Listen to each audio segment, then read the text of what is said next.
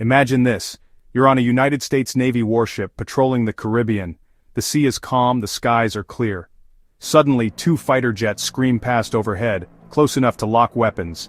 That's exactly what happened just now. For the second time in 2 days, Venezuelan F-16 fighter jets flew dangerously close to a United States Navy destroyer. The Pentagon called it highly provocative.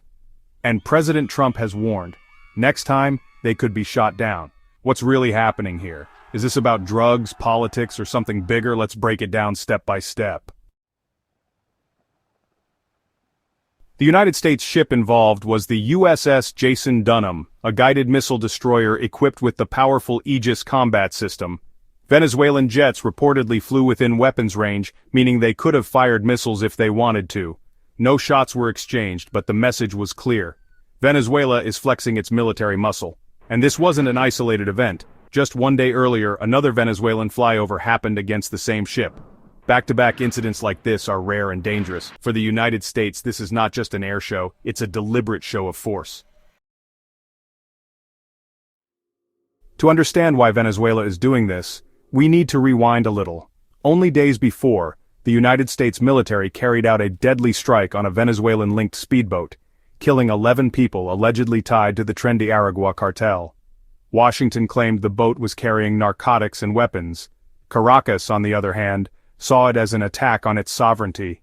Since then, the United States has deployed a large naval force in the Caribbean, destroyers, amphibious assault ships, even stealth fighter jets in Puerto Rico. From Venezuela's perspective, these flyovers are a warning. Don't mess with us. This is our backyard. The Pentagon reacted sharply. Officials called the flyovers reckless, dangerous, and unnecessary. President Trump went even further, saying that if Venezuelan jets put United States forces in danger, commanders have the authority to shoot them down. Think about what that means. Any repeat of this stunt could trigger direct combat between Venezuelan and American forces. For a region that has seen decades of uneasy peace, that's a major escalation. What started as an anti-drug mission could easily slide into a geopolitical standoff. But here's the bigger picture. This isn't just about one speedboat or one destroyer. The United States has long accused Venezuela's leadership of being tied to drug trafficking, especially the Cartel de los Sol, which allegedly involves elements of the Venezuelan military. Recently, Washington even labeled groups like Tren de Aragua as terrorist organizations. On the other hand, Venezuela argues that the United States is using the war on drugs as an excuse for regime change to pressure or even topple President Nicolas Maduro. In short, what looks like a drug operation is also a political chess game. Now let's think about the risks. You have heavily armed warships, fighter jets, and militias all operating in the same region. One mistake, one miscalculation, and things could spiral into conflict. Venezuela has already mobilized its Bolivarian militia, claiming millions are ready to defend the homeland. The United States, meanwhile, insists it's only targeting cartels, not the Venezuelan state.